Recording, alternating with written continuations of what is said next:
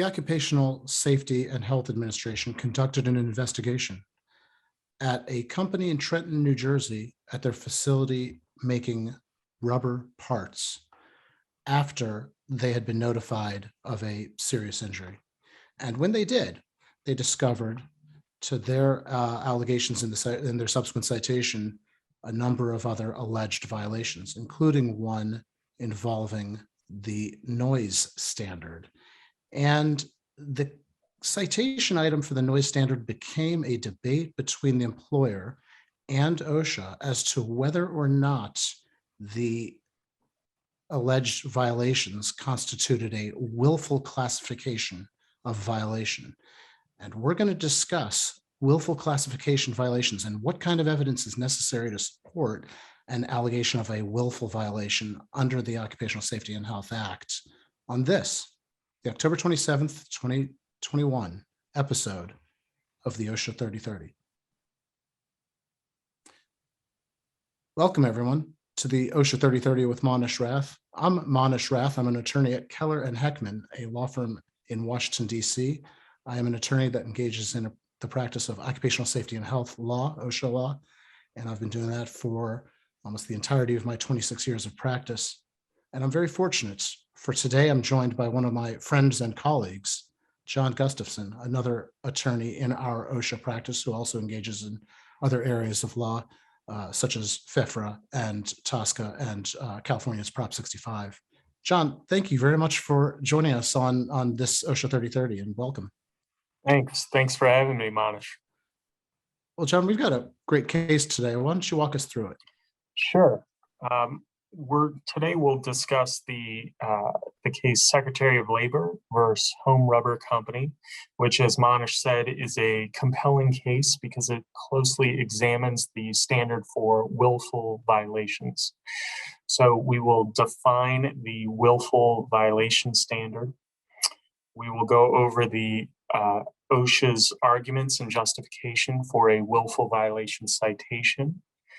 We'll then briefly take a look at the administrative law judge's decision on that citation, followed by the employer's appeal to the Occupational Safety and Health Review Commission. We'll look at the Review Commission's decision, and then practical takeaways, what employers can do to mitigate risk. And then finally, we have a new feature as of the beginning of this calendar year called Off the Record, where we'll turn off all the recordings. This live webinar is recorded and will be republished as a podcast, and all of our prior episodes are available as a podcast going back several years. And as well, it'll be published with the slides and video on YouTube, but we'll go off the record and just have a strictly for our live audience only an opportunity to do question and answers. And I think that we request that they be pre-submitted, and I think we've got 3 questions that have been submitted that I think are really critical that we've selected. With that said, let's go ahead and get into the facts of the case. This is an important case because it goes to the standard for willfulness. That's right, Manesh. And this case really begins at one of Home Rubber Company's 4 mills, what they call the Chrome Mill. And as background, Home Rubber is a small company. It's 36 employees that makes bespoke specialty rubber products, including hoses, belts, tubes, gaskets, and sheet rubber. So in May 2016, an employee was feeding raw material into a steel roller when his hand was pulled into the machine's nip point. The employee pulled the brake and reversed the flow of the roller, so was able to free his hand.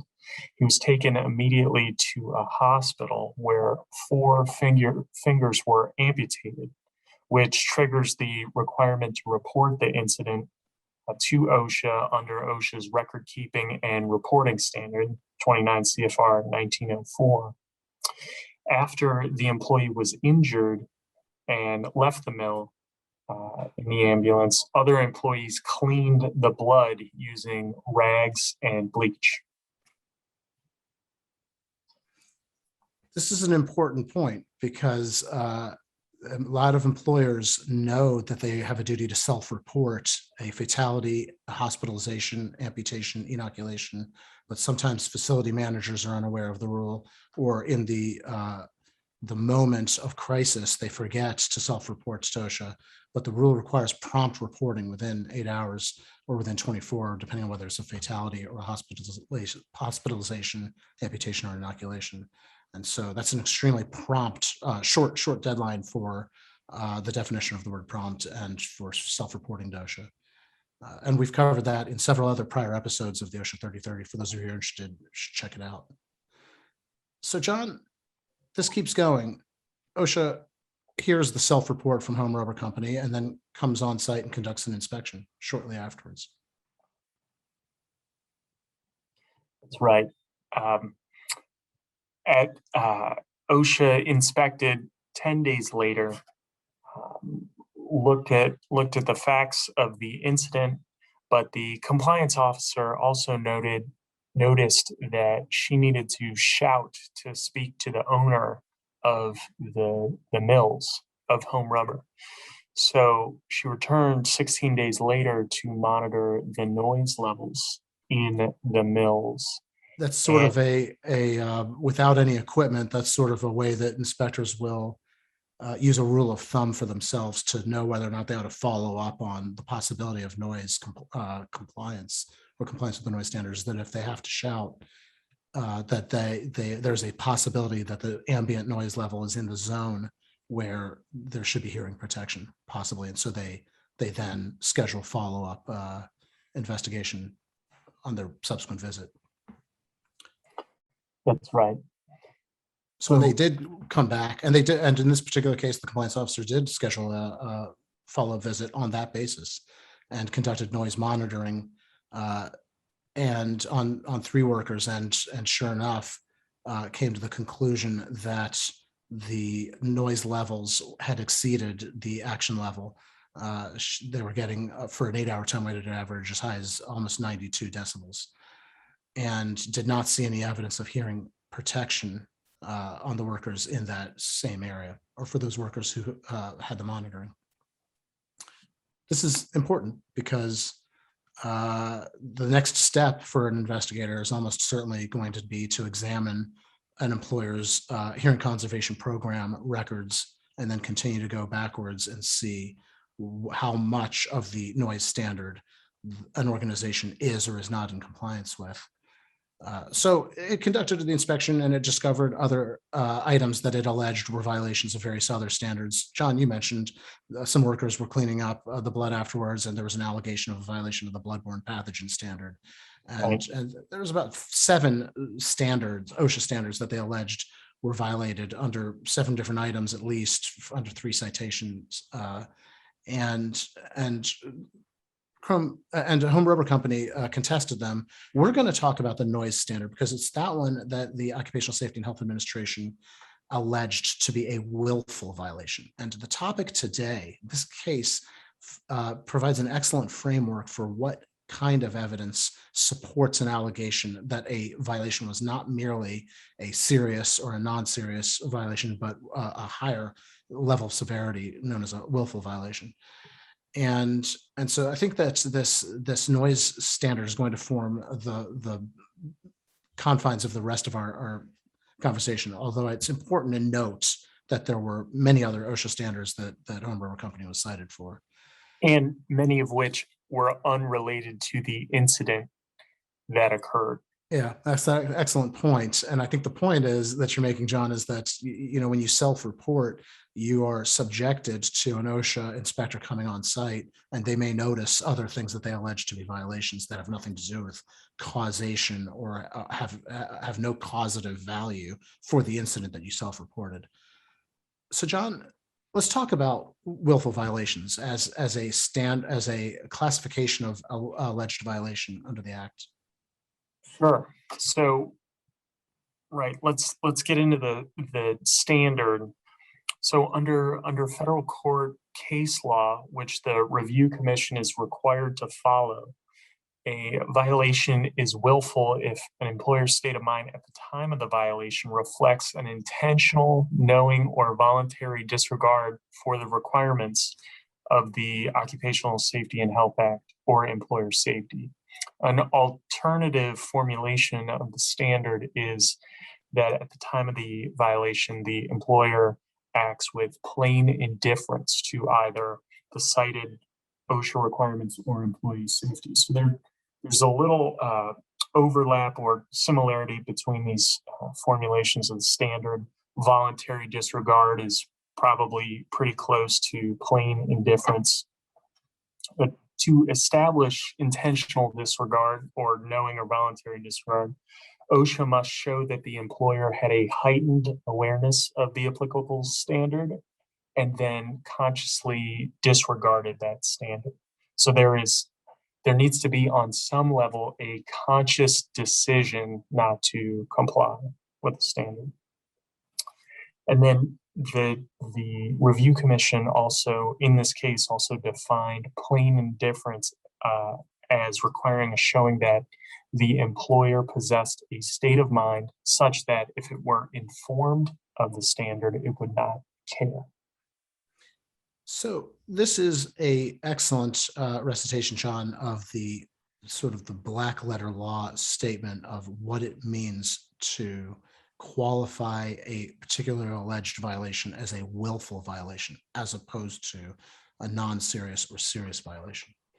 So when OSHA had alleged that this particular noise level at this particular facility on this inspection had constituted a willful violation, their arguments in support of that were, first of all, that the company had requested a noise audit from a third-party consultant about 15, 16 years earlier, and that the audit had provided the employer with information to lead it to believe that its operations would exceed the action level under the noise standard.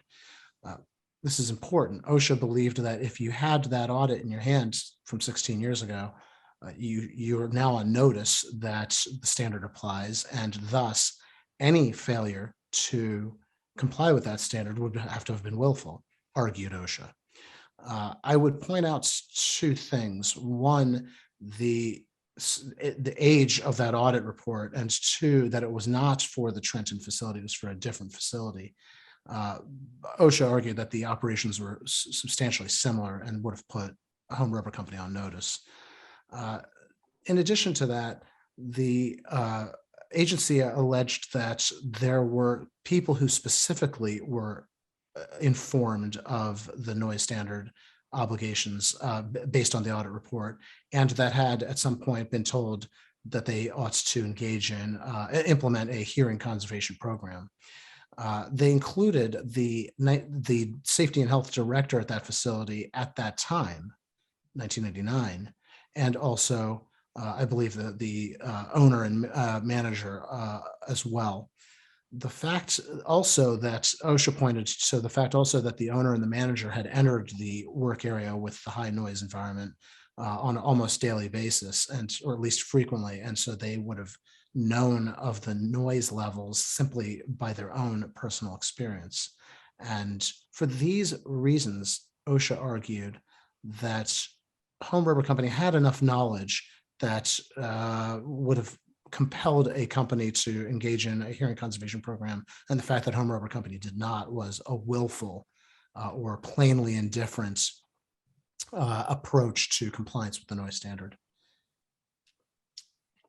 So yeah, John, this goes to the administrative law judge, which is the first level, sort of the equivalent of a trial court judge, before it goes to the review commission, which would be the equivalent of an appellate review, all within the administrative dispute resolution process. Right. And it bears mentioning that the review commission decision could be appealed to an Article 3 court too. So we have a almost like a trial level, an appellate level, and then they could be further reviewed in a federal Article 3 court. At the administrative law judge level, or ALJ for short, the ALJ found that the employer had that heightened awareness of the noise standard, noise hazard, and the audiogram requirement, and that the employer consciously disregarded that requirement. The judge reasoned that discontinuing the audiogram testing amounted to willfully ignoring the requirements. But there's a real leap in the logic there. OSHA did not, so the judge took discontinuing the testing as willful ignorance of the requirement. OSHA did not address the employer's level of intent or consciousness at the time it discontinued testing. So part of this standard that OSHA must meet to allege a willful citation is that there's an instance of conscious disregard. And here the administrative law judge made a leap there in its reasoning. That on that basis, the administrative law judge affirmed the citations and the willful character of the noise standard citation. So agreed with all of OSHA's citations of various standards. The administrative law judge assessed a penalty of over $180,000, $73,000 of which was for the willful violation of the noise standard.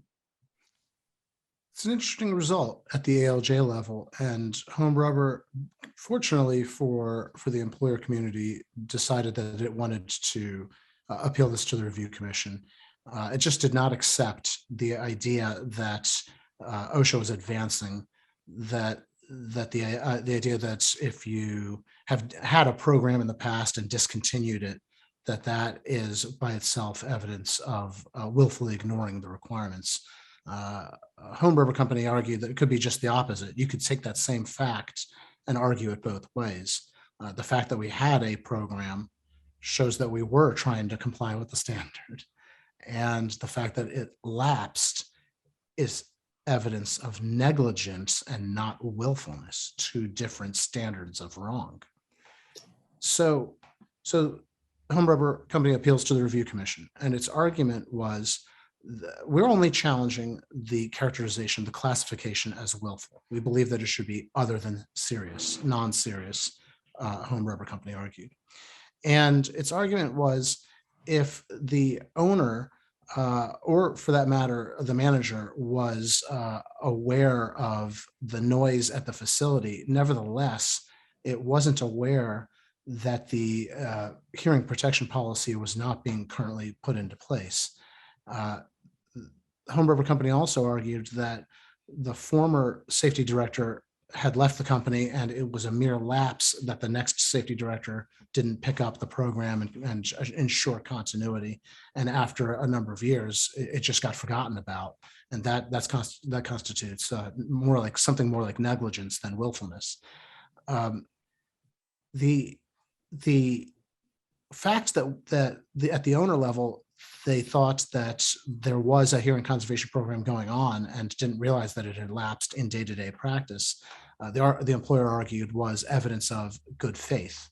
And there is a exception for violations if the employer exercised good faith and did in good faith believe that it was in compliance.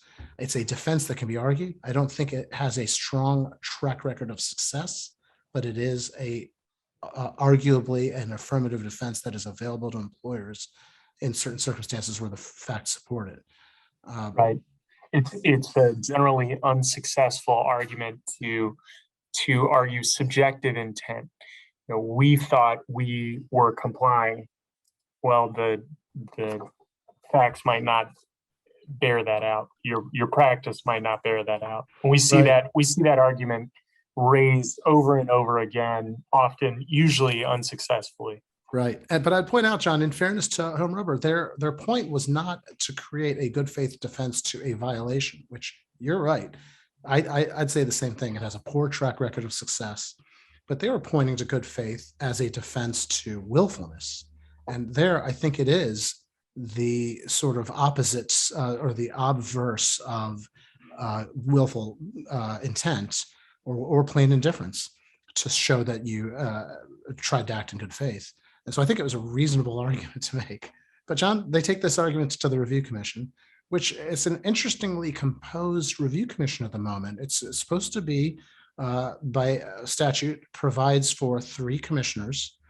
And right now there's only 2. In the past, there have been many cases where there were 2 commissioners and a 3rd seat was vacant and awaiting confirmation.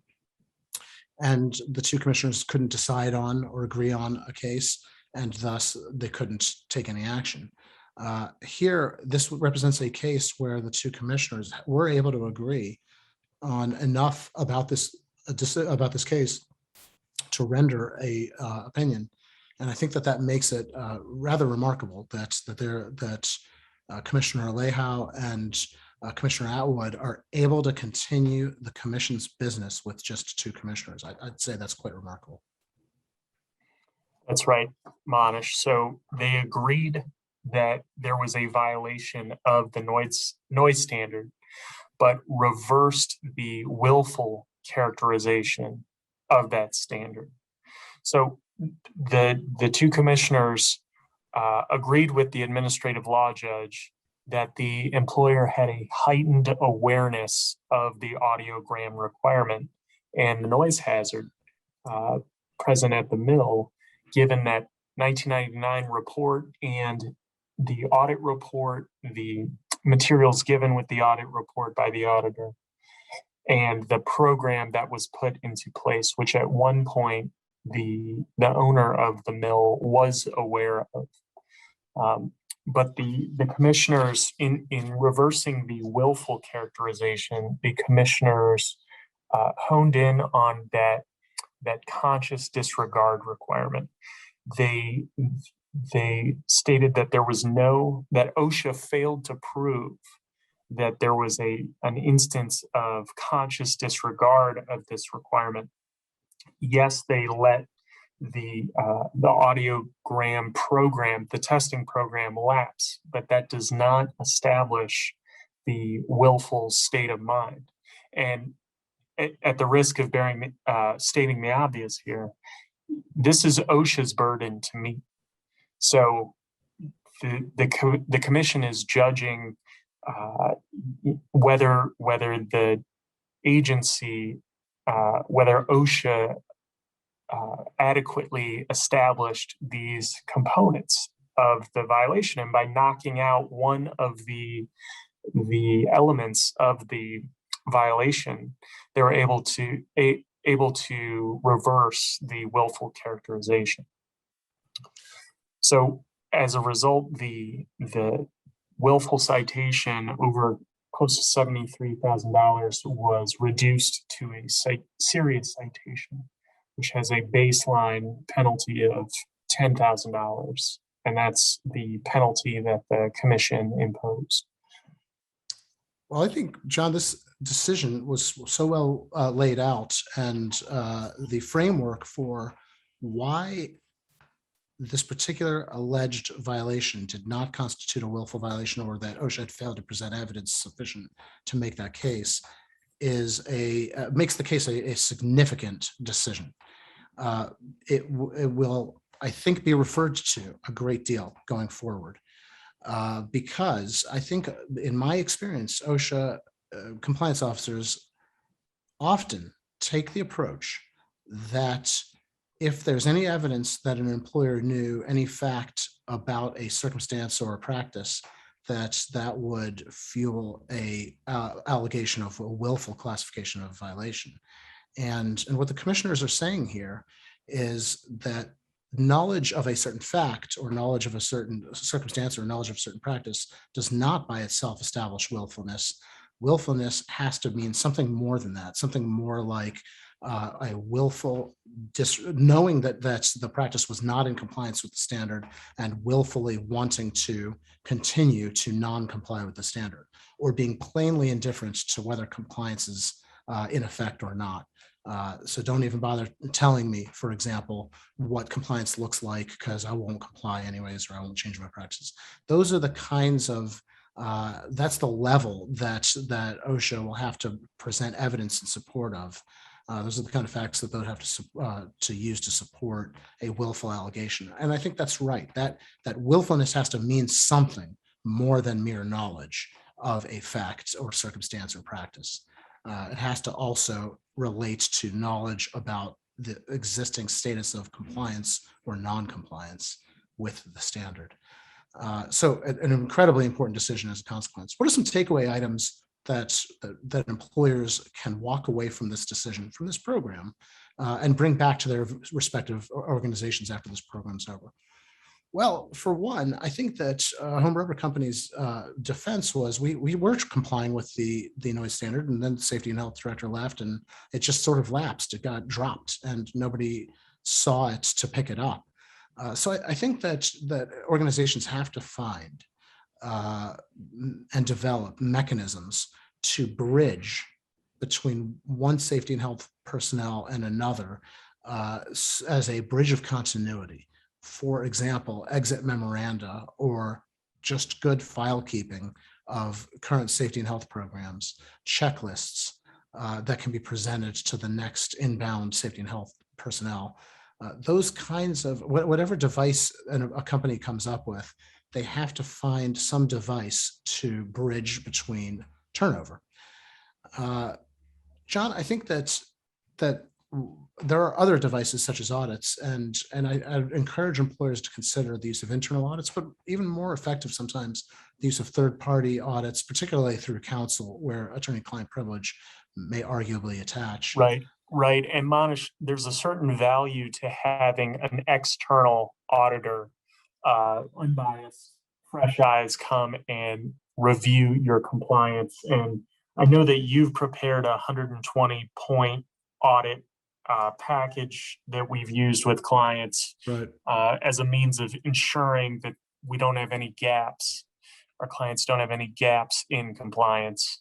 That's right. And there are other products that may not be as thorough, but there's some excellent products out there that are. And well, the employment and labor law audit, Ella, one that I sat on the editorial board for a number of years, has an excellent product. There are others that are not as thorough as that one, but they're certainly that's an advantage in it of itself, because sometimes the shorter ones can be quicker and more easily implemented, or more easily put into practice as an audit. So I think employers need to look at all of the opportunities for external audits and pick the one that feels right for their resources that they can throw at it. But again, I'd say that the opportunity to do this through counsel gives you a fighting chance of protecting the results under an attorney-client privilege, provided that it was all done with the purpose of rendering counsel or advice. The other thing I'd say is there ought to be a protocol for new safety and health managers. They ought to start after they've completed their corporate orientation. There should be a safety and health orientation, which starts with a review of records, a walkthrough, and the outbound safety and health director. There may be an opportunity to conduct an external an exit audit, an exit interview, or an exit audit list. Plus the turnover, not only can corporations consider annual audits, external audits or internal audits, but whenever there's turnover, that might be another window of opportunity to say every time there's turnover, we'll conduct another audit for the benefit of the new inbound safety and health director. Then, John, you made another good point about the good faith defense, and I think that's something that clearly gives rise to a takeaway item. I think you're right about that. Absolutely. So the commission ended up deciding that defense was waived, that Home Rubber had waived its ability to make the good faith defense because it failed to raise that defense at the administrative law judge level. So it's a lesson. That's a lesson in planning your defense carefully and just having competent counsel from the outset, because we don't want to get to the review commission and realize that we can't make arguments that we want to make.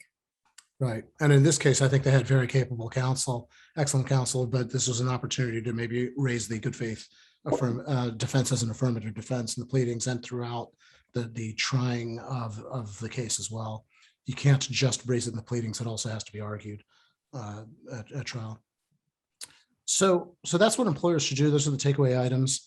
I think that the other thing I'd say is when employers get the citation, the earliest window of opportunity to bring in counsel at the citation level or even at the date of self-reporting, I think that affords the company the best opportunity to come up with sound defenses and a sound strategy. Well, John, your last point, I think, is going to be the last point for this month's OSHA 3030. All of our prior OSHA 3030s, this is episode number 99, and all of our prior OSHA's 3030 are libraried on our website, khlaw.com/OSHA 3030. Check them out. We also have, for a number of years, we published them as a podcast. This episode will be up as a podcast within the next day or so. So make sure you subscribe so that it just automatically gets downloaded as soon as a new episode drops. We would say this, please, when you when you watch or listen to our OSHA 3030 episodes, either as a podcast or as on YouTube, to rate or like the program so that it's more easily searchable by others. And remember to forward your email invitations to the OSHA 3030 on to at least 3 others, particularly in-house counsel and professionals responsible for safety and health at your organization or at other organizations, so that we can continue to bring in new members to our beloved community of the OSHA 3030. That is the lifeblood of the program. Our next episode will be November 17th at 1 p.m. Eastern Time. That'll be our 100th episode. So it's a big milestone. And it's 1 p.m. Eastern Time, always at 1 p.m. Eastern Time, and always on a Wednesday. Our sister programs, the TSCA 3030 and the REACH 3030, will be scheduled for November 10th. Check them out. And our Fit for 3030, if you have good topics that you'd like to hear about for our Fit for 3030, please write to John Gustafson, and he'll certainly consider them. John, thank you very much for joining me on this episode of the OSHA 3030. I was very grateful to be able to work with you on this.